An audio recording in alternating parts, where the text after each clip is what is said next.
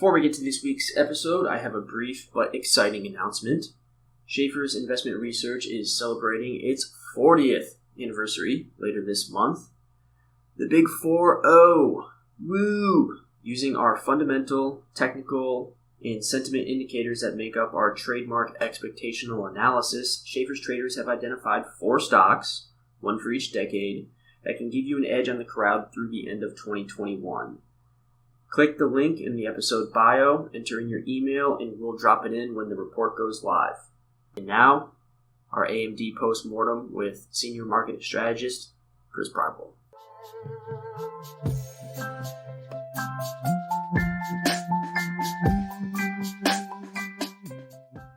Welcome back to the Schaeffer's Market Mashup. Patrick Martin here on July 14th with a very special in-house guest.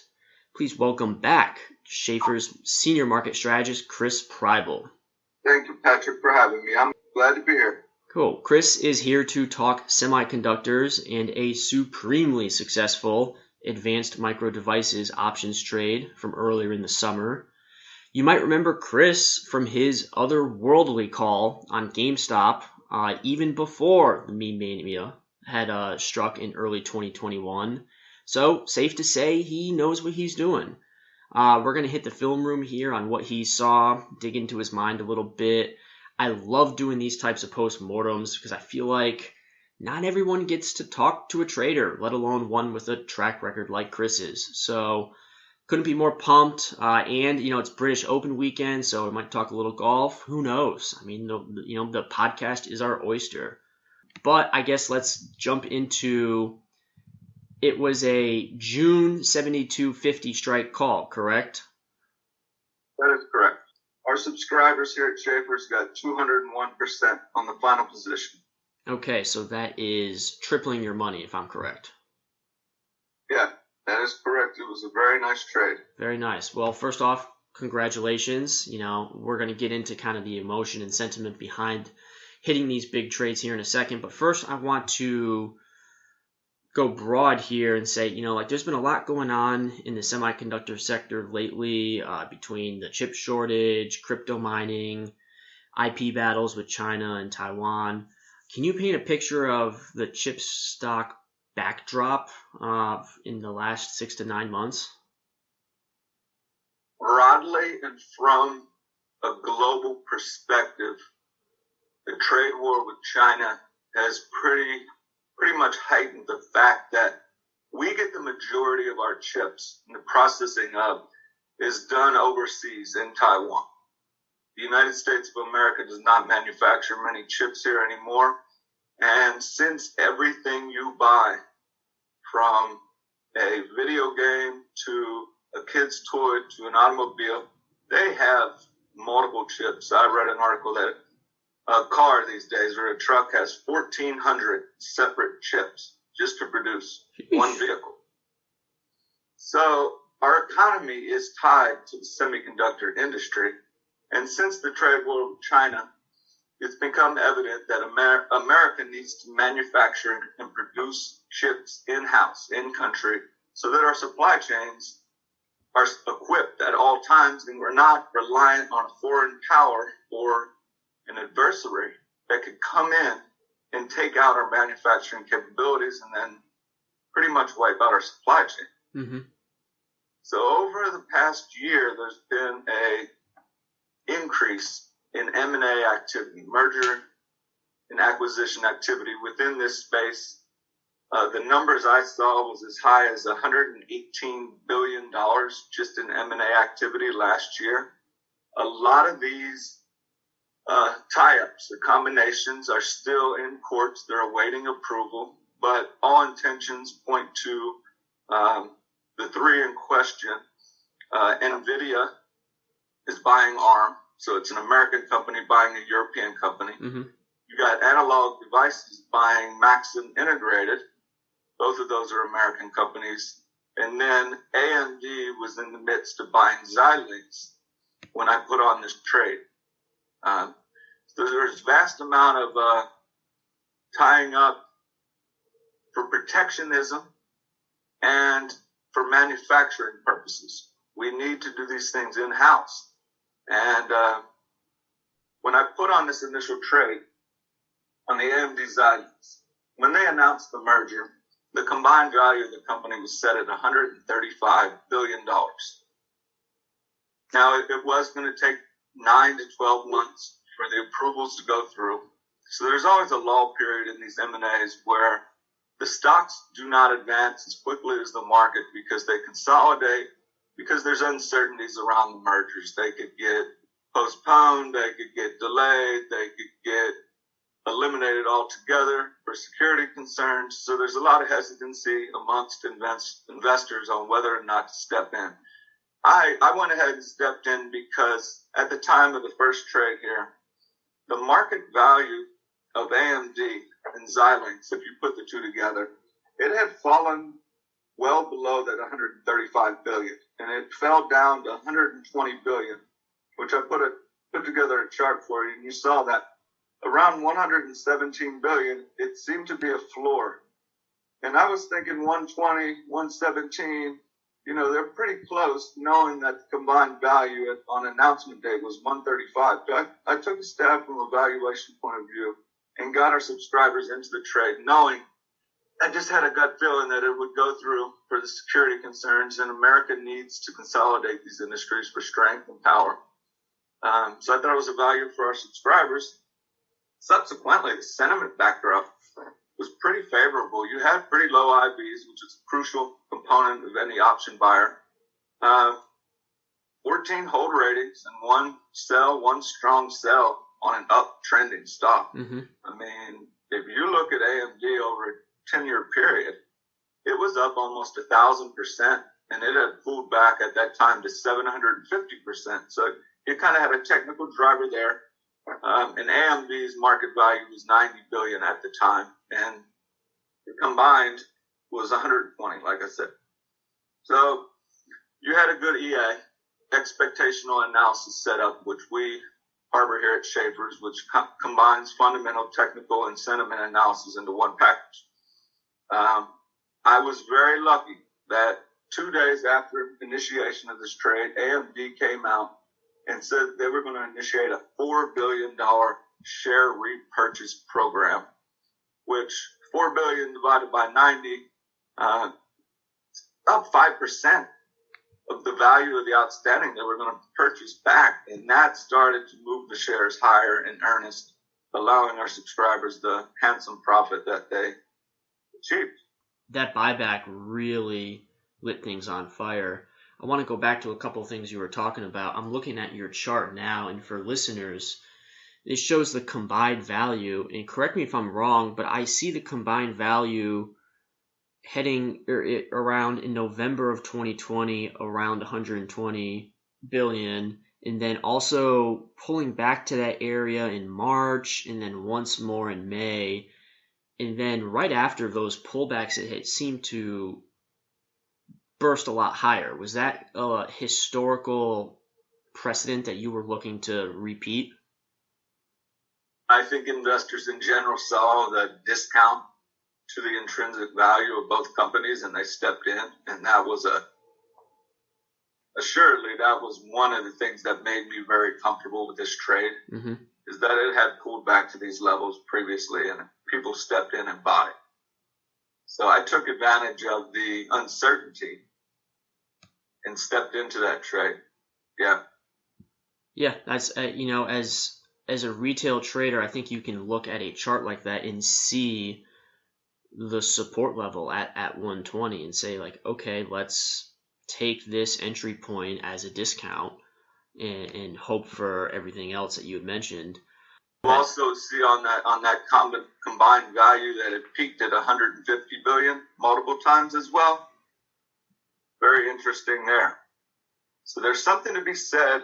Price, everyone looks at price and technical patterns, but there's something to be said at looking at the underlying value of a company, market cap, millions or billions or trillions, and then comparing it to its peers from a revenue and earnings point of view. And if you study these things, you will find things that are massively overpriced, and you will find discounts. And when you're trading one of these discounts, it takes a little bit longer to play out because something is undervalued and the market does not realize it at that time. So it takes a couple weeks or months for it to flesh out. On the overpriced things, now you can see situations, and we can get into AMC or GameStop, where they're priced so high value to peers that do more revenue and earn more that you're wondering, why are they double or triple this competitor? And it makes you scratch your head, and then eventually you'll see the declines, and they'll normalize compared to peers. So that's what I like. Market value analysis better than price analysis, but as you know from being in this industry, I'm rare in that thought process. How many times have I bugged you, on a Wednesday or Thursday when I'm looking to write something about a market cap analysis of the oil sector or cryptocurrencies? I think it's an overlooked component. Here's the tape, right now of showing how you can find value in that. And speaking of talking about value, when you say IVs for, a retail trader, what are they looking for with implied volatility in relation to options? Implied volatility is the market maker's estimation of future volatility. So they're taking the other end of this trade. They got to cover themselves with some kind of volatility expectation based off of the past, based off of upcoming events. And they kind of have to establish a level that they want the customer to pay in implied so that they feel that they're risk neutral if anything were to happen. Obviously, if you're buying an option, you want to buy lower IVs and then have the event occur and the IVs go up so that not only are you getting a price advance, but the expansion in implied volatilities also increases the value of the underlying option. Okay. So it's one of the multiple components of the option contract pricing model that you can take advantage of. Okay. Because IVs, as you know, they go up and down. Mm-hmm. And you can pay too much for an option because you're paying too much for the IV. Right. That's what I wanted to point out, is that, even if the direction of the trade is favorable, if your IVs aren't where they need to be, you're not maximizing your value.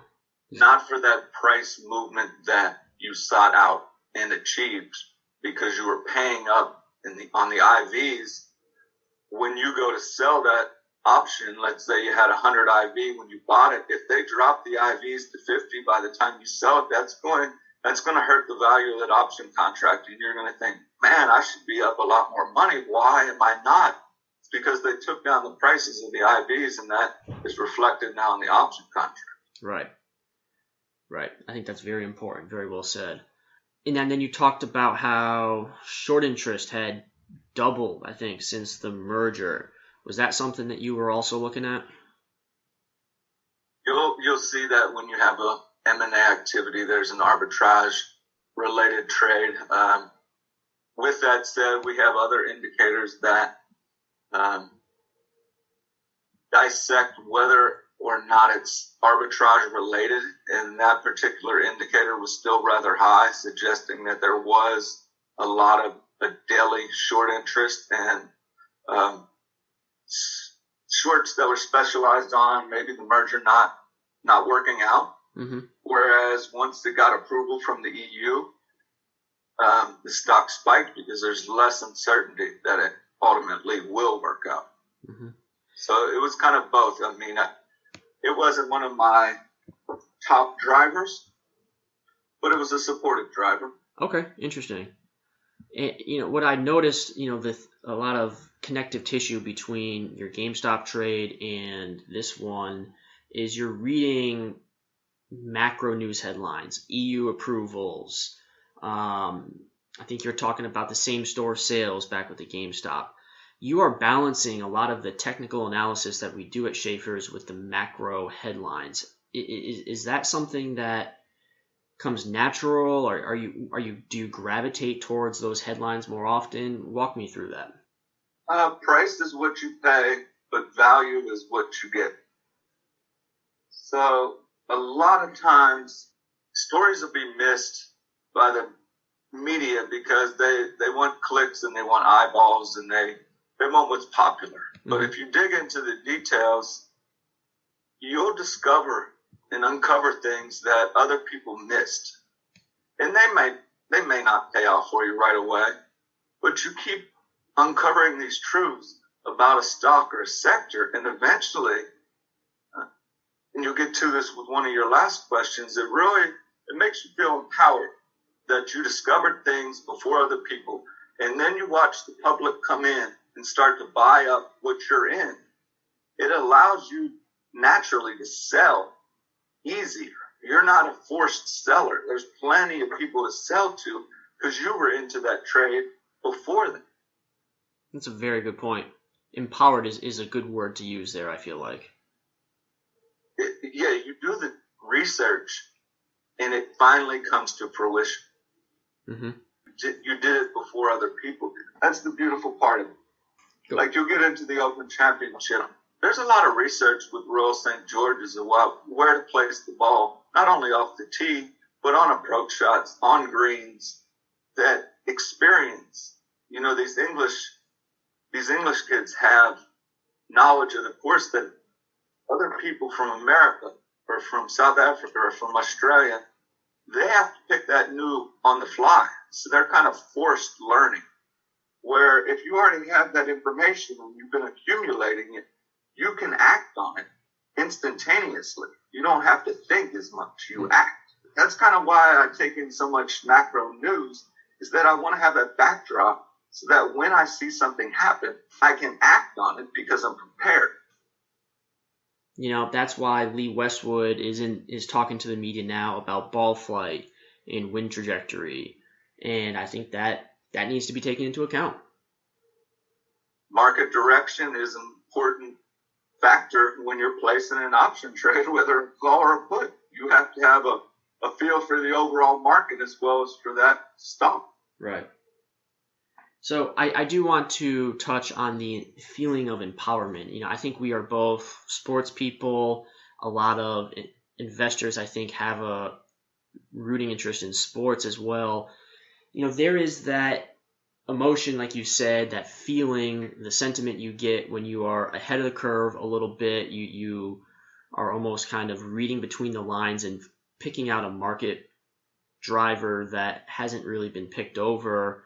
You've been doing this, and now you're a seasoned veteran. Does that feeling ever go away? You know, that kind of like, you know, when you flush a drive, when you or you nail a big trade like this, does that feeling ever go away? I don't think it ever goes away because each situation is different. The reasons you got into the trade are different. Another feeling when you're not trading that well and you're looking in the mirror and you're like, man, what am I doing wrong? That feeling hurts more because you know you're better than this. So it's kind of like, I would describe it in the situation of Dustin Johnson right now. You know, he was number 2 in the world golf rankings last week.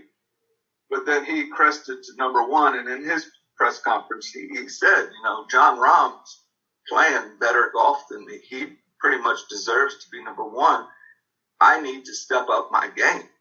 And it's when you lose, that losing drives you forward, and it makes you do things that you otherwise wouldn't so that you can get back on top. Mm-hmm. Staying on top is very hard. But the thing that gets me is losing and not being on top. That feeling provides more energy and encouragement than the big trades. The big trades, you know, it's a great feeling, and I hope all of our subscribers can experience it. It just makes the world of stock trading so much more interesting and enjoyable, you know, when you're profiting from your thoughts and your actions and the reading material you went through. You know, it's coming out on the field, so to speak, that prep time. And more, the more I play golf, the more I dig into the investing world, I see so many similarities.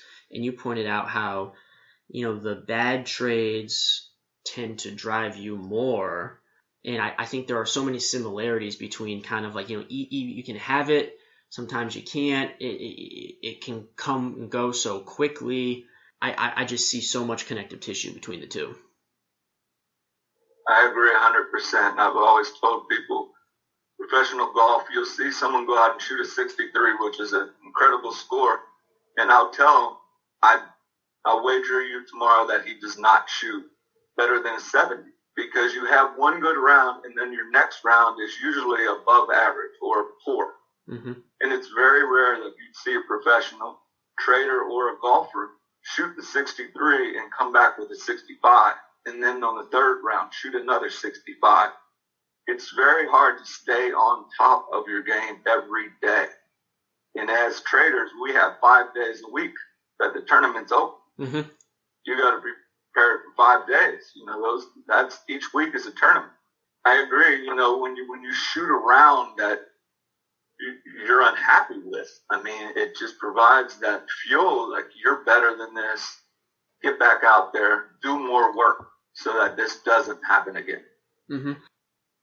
Yeah, there's, I guess, a feeling of desperation, and then you turn that into a positive expectancy that if you work hard, if you do the work, if you read, you will find answers. And when the tournament opens or the stock market opens, you can then apply what you worked on and put it to action. And oftentimes you'll see that come to fruition, and it really is, like you said, it's an empowering feeling, because you went from the top back to the bottom, and then you worked yourself back to the top. Mm-hmm. It's the full cycle of emotions. I think it's one of the benefits of having stop losses on your option trades and your stock trades, because you're going to get up to the plate and you're going to swing and miss. Mm-hmm. And you're going to take the 30% or 40 or 50% loss, but you can't be afraid to get back in the batter's box and hit the next home run. Right. And some of the best baseball players have come out of a slump and went on to perform incredible feats. And it was right after they were in one of the worst slumps of their career. I could say Barry Bonds. I read about Stan Musial. They come out of slumps and they go on these hot streaks. And you just got to remember that you can do it. You got to put in the work. It's going to come true. But in the words of Jim Valvano, you can't give up. You got to keep going. Mm-hmm. Mm-hmm.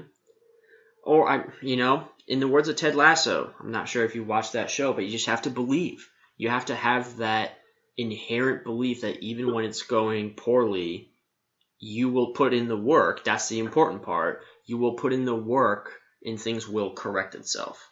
Yes, you have to believe. That's crucial. I did not think we were going to dive deep into the human psyche here, but hey, I love it.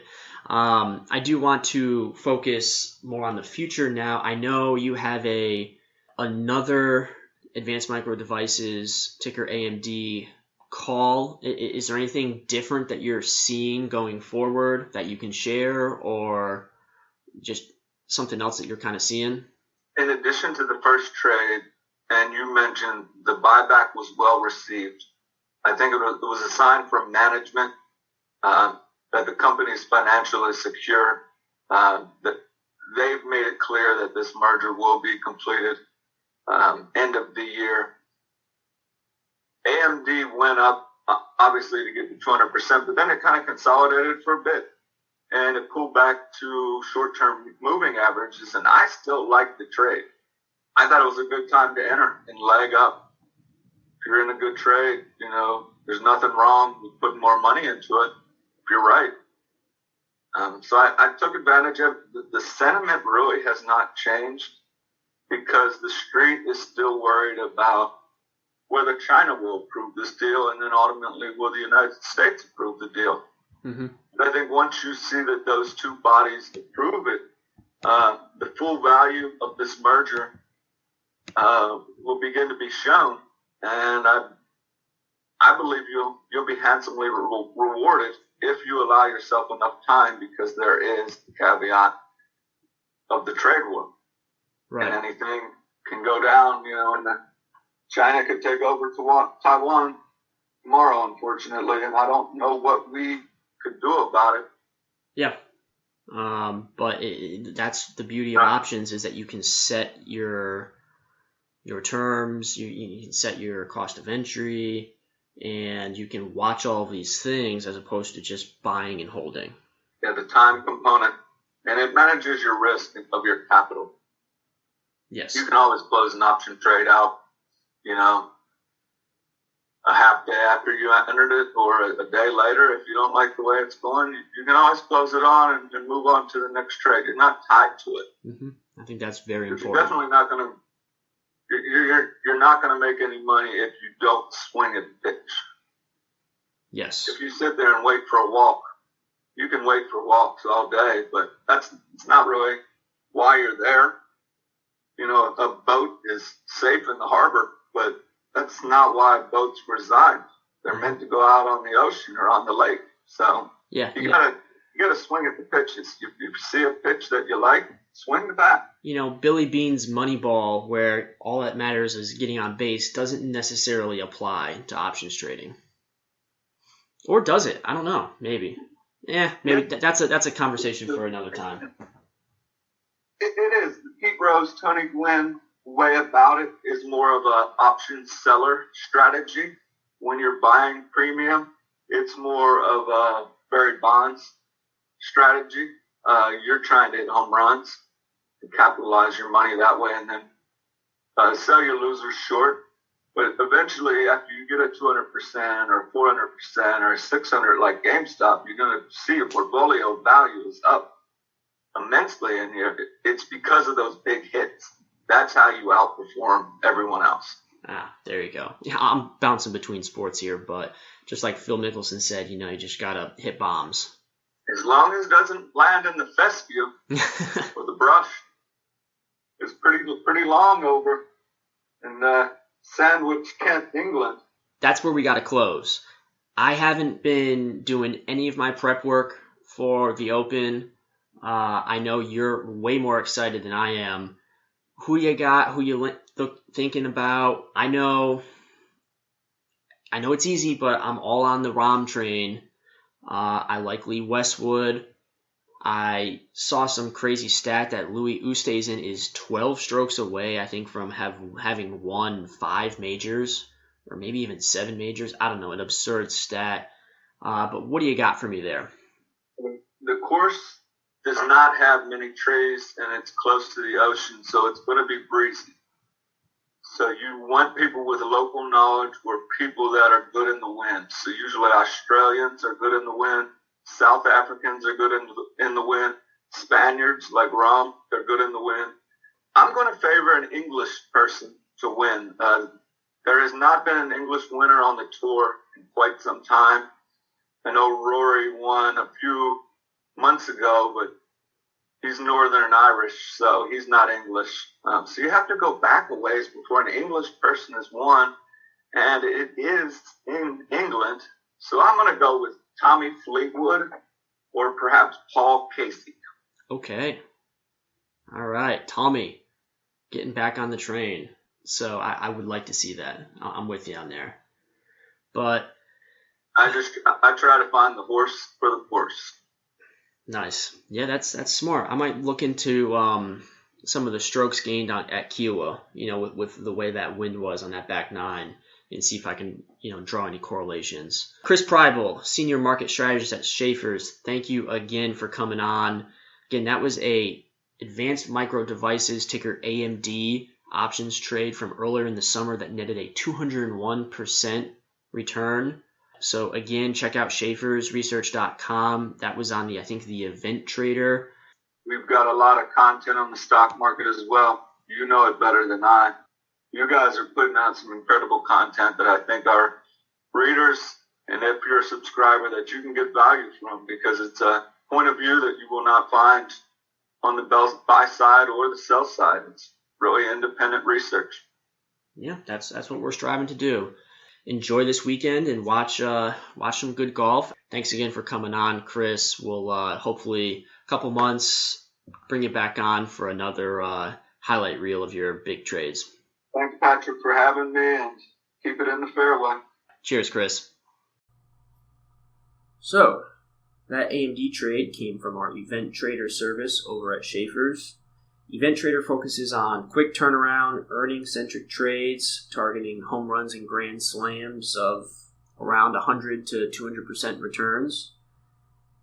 Bernie Schaeffer's Event Trader portfolio has doubled in value with a return on investment of roughly 110% over the past 6 months. Compare that to the S&P 500 that has only returned roughly 12% over that same time frame. Not so bad. Schaeffer's is celebrating its 40th year in business, as you heard on the beginning of the episode. Join us in celebrating by taking Event Trader out for a spin for 30 days, just for $4. $4. Sign up for our event service today. You only have to pay $4 for that first month of trades. Checking my math here, but that's an average of 5 trades for less than $5. Can't beat it. That link is also in the bio. Check it out.